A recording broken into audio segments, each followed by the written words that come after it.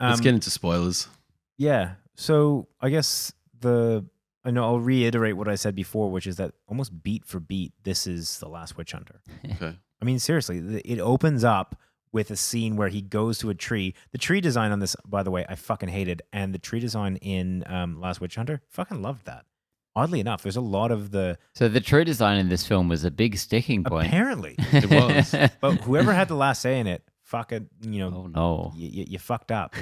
Let's just talk about how fast it was. Like it was like, did you guys God. feel that? It was like I was getting battered over the head with scene, let me narration, person talking, this, and I was like, what the fuck's going on? Let me jump in first because I was drunk when I saw this film, and I'm drunk now. And when this movie started, I was scared. I thought I was too far gone to watch to watch a movie. One too many shots. Because it was going that fast. Like the way it was cut together was freaking me the fuck Didn't out. have a flow. It didn't have a... And it starts with such a clunky scene as well. Like it just opens up with Jovich being like, having this really stock standard, bad, like something that you'd expect out of a 90s video game antagonist Totally. says. And then like King Arthur kind of shows up and says something equally as cheesy, and you're like, the fuck is going on here? And you're a big King Arthur fan, so for you to not be in amongst it. I am. I had the old King Arthur books when I was a kid as well. Like the originals. The originals, yeah.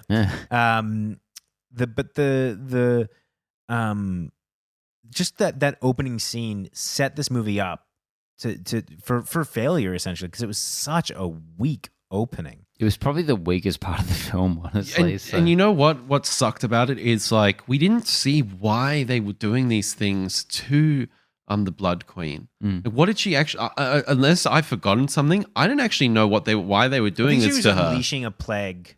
Did they? She was. Doing I would like to have seen stuff. her fucking some people up and feeling like, okay, this is a really menacing character, and they have to put her away. But all I was kind of being told that she was the bad guy, not shown. And I thought immediately, I'm like, okay, this is not good filmmaking. Ben, Yes. I can't believe I'm doing this. I really think you need to watch The Last Witch Hunter. No. Specifically in the context of having watched Hellboy. I want to watch it again. I man. really don't want to. Because it kind of shows you how that beginning scene could have, or at least watch the beginning scene. Like it's such a better version of what we got. But yeah, look, I just thought that was a really weak way to introduce this. Yes.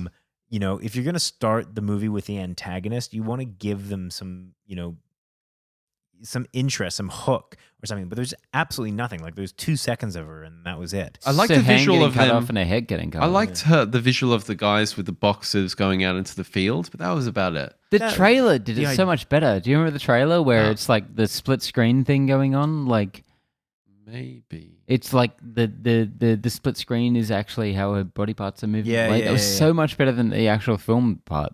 You know what I liked? I really liked the next scene. The next scene where Hellboy is in the wrestling ring. I really liked that, man. I got a kick out of that scene. Yeah. No? I suppose. But maybe that's because I've read the comic when he goes to Mexico.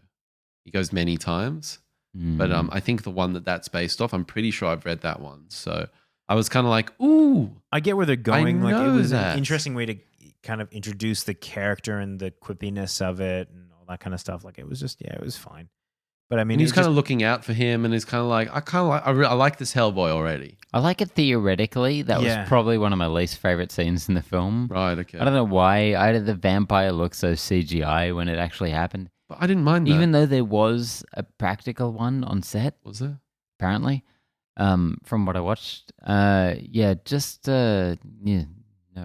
And then at the end, there's that cryptic, the end is coming, which I'll be honest, he took way more meaning out of that than I think he should have, because the guy's dying. Yeah. He's going to say the end is coming. Yeah. He's like, what does that mean? He's like, the fuck Also, do you mean, he does that mean? memorized all the Spanish. I'm like, I was just, whatever. Why would that mean anything to you? Yeah.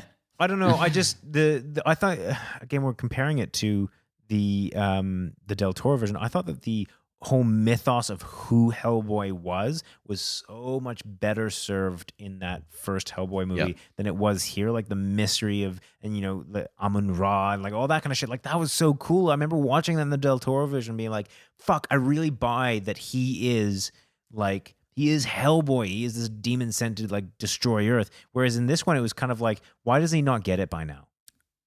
So I would say this movie doesn't fuck up the comics any more than the Del Toro versions did. Like, I don't know how they fuck I them think up. it's a worse movie than them, but I think it's exactly as far away from what the comics are than those were, which is a shame because I really wanted this to be a more, true adaptation. Yeah. Which is a goddamn shame. Yeah. Yeah, I didn't get the biggest kick out of that compared to the Del Toro ones. Yeah, exactly, right? I Then love him like exiting that thing with like the flames. I thought the visual of that scene was really at fucking right cool. at the end. Yeah. Yeah. Very cool. The like prophecy scene of him becoming like Hellboy, Hellman, I guess, when he's like riding the dragon and like jumping down and chopping motherfuckers' heads off. I thought that was brilliant. Yeah. Would have liked a little bit more didn't clear really execution, but- serve any particular master in terms of how this film was going. But that actual part, I'm like, this could fit in any really good Hellboy movie. This part alone. I also like the fact that, I don't like the fact that it seemed to be around the sword that really, like that whole subplot of the sword and how that was how he somehow unleashed the apocalypse. Didn't like that.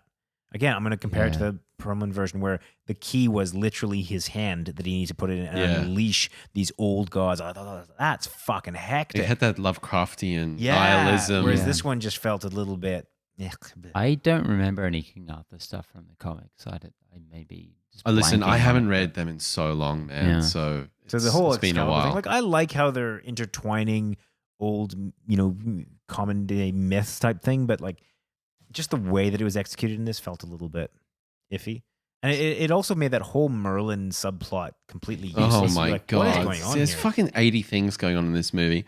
Let's talk about the giant scene because it swiftly moves into that. Hellboy got fucked up in this movie, man. He gets about 3 or 4 or 5 arrows straight through him. very early on. I was like, come on, give him like let him kind of like that first or second action sequence in the movie is typically you're not supposed to reduce the hero down to that level, typically speaking. Broader brushstrokes here. Yeah. And he got fucking owned. Yeah. And it was by happenstance that he actually got saved. Yeah. So it wasn't That through kind of annoys me. It wasn't through Hellboy's ability to overcome the situation. It was like some other motherfucker came along and I really didn't like that. I really thought that diminished Hellboy a lot. Yeah, it did. It massively did. Like, I mean, the whole idea is that Hellboy is meant to be this, badass, and like the fact that he got fucked up by these guys just kind of makes you feel like, well, And this is the entire reason that he's good at what he does is because he's lucky. And I like that he can absorb a lot of damage. Like, I thought that was quite cool. Like, I didn't mind him necessarily getting fucked up. It was the way that whole conflict got resolved that pissed me off. Exactly, yeah. It'd been that much Yeah, better he if had he no had part gotten in it. Yeah, if he had gotten that much fucked up and then he had done something that was like his knowledge of like and his horns pop out or something. I don't know. It doesn't even have to be a physical thing. Like if he knew that if he threw out some magic thing or if he kind of crawled towards where he knew the giants would be or something like that, that would make more sense. Like if there's some strategy behind it, but it just, like you said, he just got lucky. Yeah. So I really didn't like that. And then honestly, the rest of the film, I can't even really pinpoint what happened. I couldn't. It's just one thing. It's just this, that, the other. The only thing that really here to there. stands out from my mind right now is the Baba Yaga scene. I thought that was cool. It's the only standout in the film. Yeah. And that was the one part of the film I thought was just like actually like flawless. Like I couldn't too. pick a problem with that. That was brilliant. And dark, man. When you see all the kids. Yeah. I thought that's why I got the R rating. Yeah. It was something else later on, but I was like, Yeah. fuck, that's some dark shit. That scene in and of itself, I thought this is perfect. This is what this movie should have been. Yeah. Like it was still kind of B movie because it was like, Hellboy still has his own facial problems with his Oh, yeah. makeup, and her mouth was doing her own thing. But it was fucking so much fun. Yeah. But that's like an example of where kind of the execution, like the CGI, doesn't limit what the scene is trying to do. Totally. It's just two people sitting in Which means that in you a don't place. have to have a high budget to effectively. Exactly. Like do that something. they should have that should have been the scope of the film. Yes. Because that's Yes. kind of the scope of the comics, you Yes. And I think that's what everyone was kind of expecting know? Absolutely. before we got any trailers. I Yeah. think that's what everyone was expecting. Yeah. Hell yeah. Ironically, it's the most Del Toro aspect of that film. Yeah. Which is kind of like.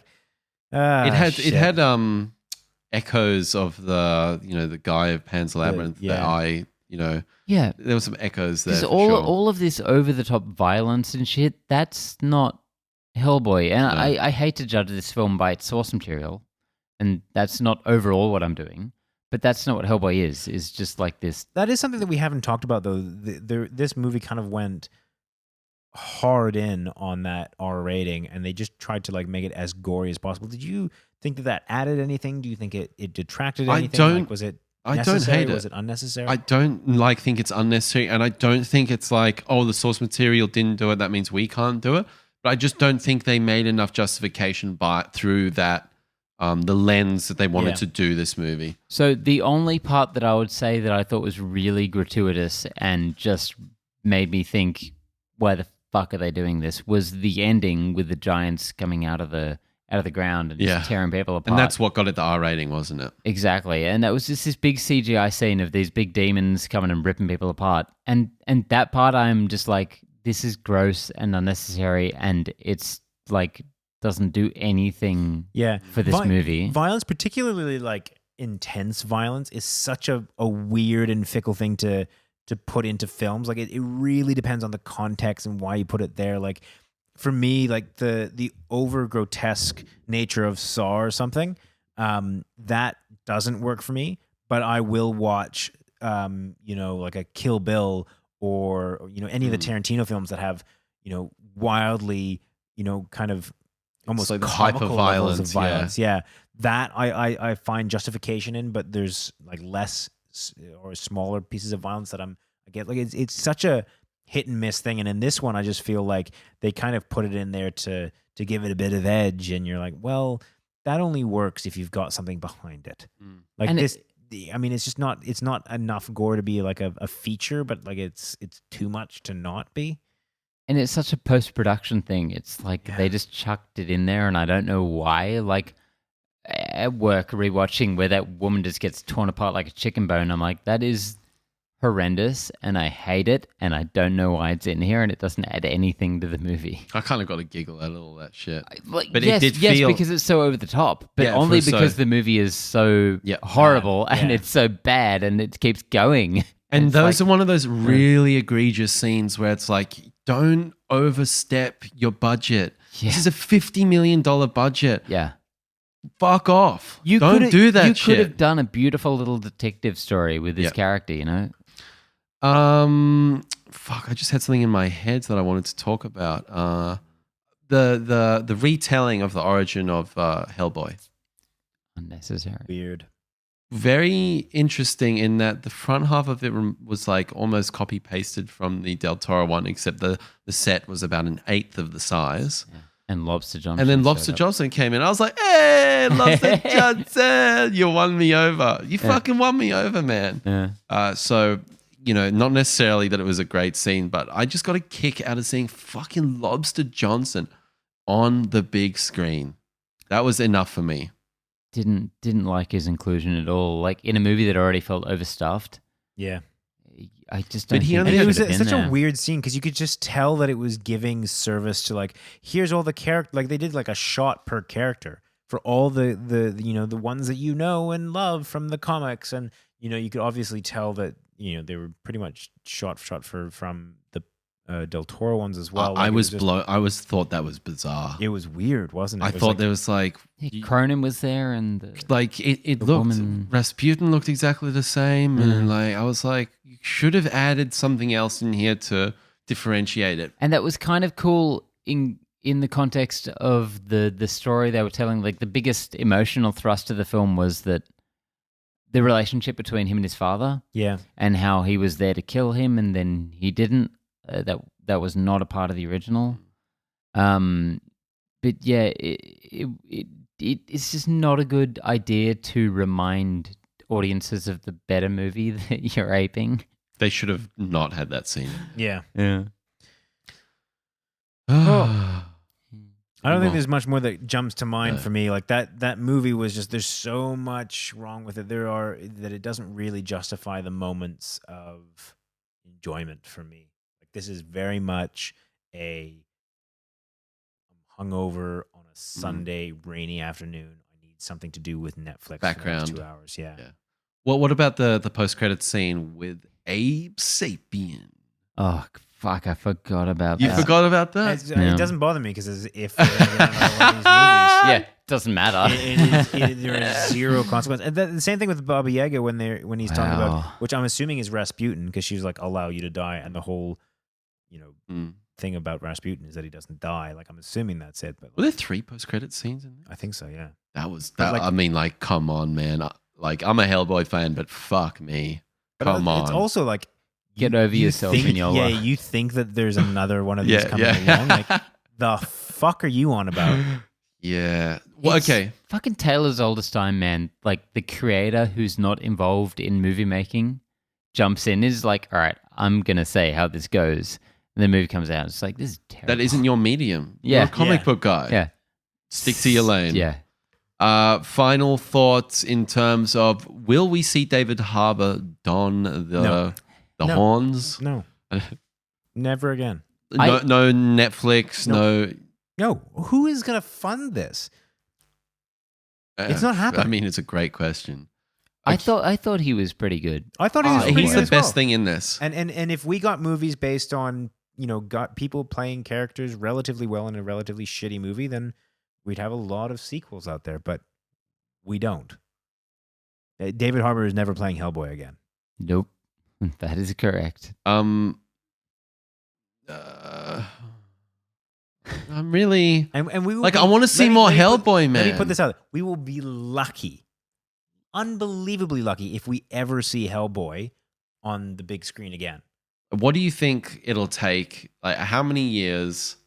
Who will be involved? Like, the only thing that I can see maybe happening is there gets some like grassroots movement to get Del Toro back on for a third. Perlman signs up, like the stars align. Perlman's bitterly dispersoned about it as well. He wants to make that happen. I know. Hellman. Hellman. Pearlboy and Hellman. You know Ron Hellman's like 68 years Yeah, old. Are you he's fucking serious? old. Yeah, there's no more Hellboy movies coming out starring him. Hang in there, Ron. Hang in there. Come on, Ronnie boy. Mention 88-year-old Ron Perlman, 2039. Yeah, look, man, I don't think. I think this is a series that this is the beginning of the disappointment for the fans. Like I don't think we're gonna get. I'm gonna make George cry. Watch. I honestly, and that really disappoints me because I really like the Del Toro versions. Like I think that there's some. I don't. Yeah, I like this one more. No, I'm fairly middling on them. I don't think they're amazing, and I definitely don't think they capture the comic books. That's why this was the biggest disappointment. I've never read the comic book, so I'm not beholden to them. That's not why I think they're middling though. I just think they are middling in general. Yeah, no, I really like the whole mythos behind them. Like I dig it. So look, which means I probably dig the comics more. Based on If you what want to borrow said. them, man, you can. No, thanks, man. I've got a few. You know what I'm saying. Cool. All right, well, there we have it. Yeah. Any final thoughts? Any final little things? I'm all done. So my prediction is that we'll see next time we see Hellboy, it'll be like a CGI animated series, yeah, on Netflix or Disney Plus or whoever owns us by that point. I think it'll be back. If they made this, and God knows why they did, they'll make another one day. There's the scoop, people. Get ready. We'll be back next week for Endgame. And hey, I feel like watching the old Hellboy, so I might do that again sometime soon. Oh, yeah, we watched it with Tyre that time. That was great. Is it Endgame Remember next that? week? Yeah, that's right. Yeah. Like, We'll I have saw to that we'll movie. have to rewatch the first one. Yeah. We'll get Ty over and Yeah. yeah. That was a movie. That was a movie that that we was a watched. movie, yeah. All right. See you, Connor. But See you, Benny. Bye. See ya. Bowdy.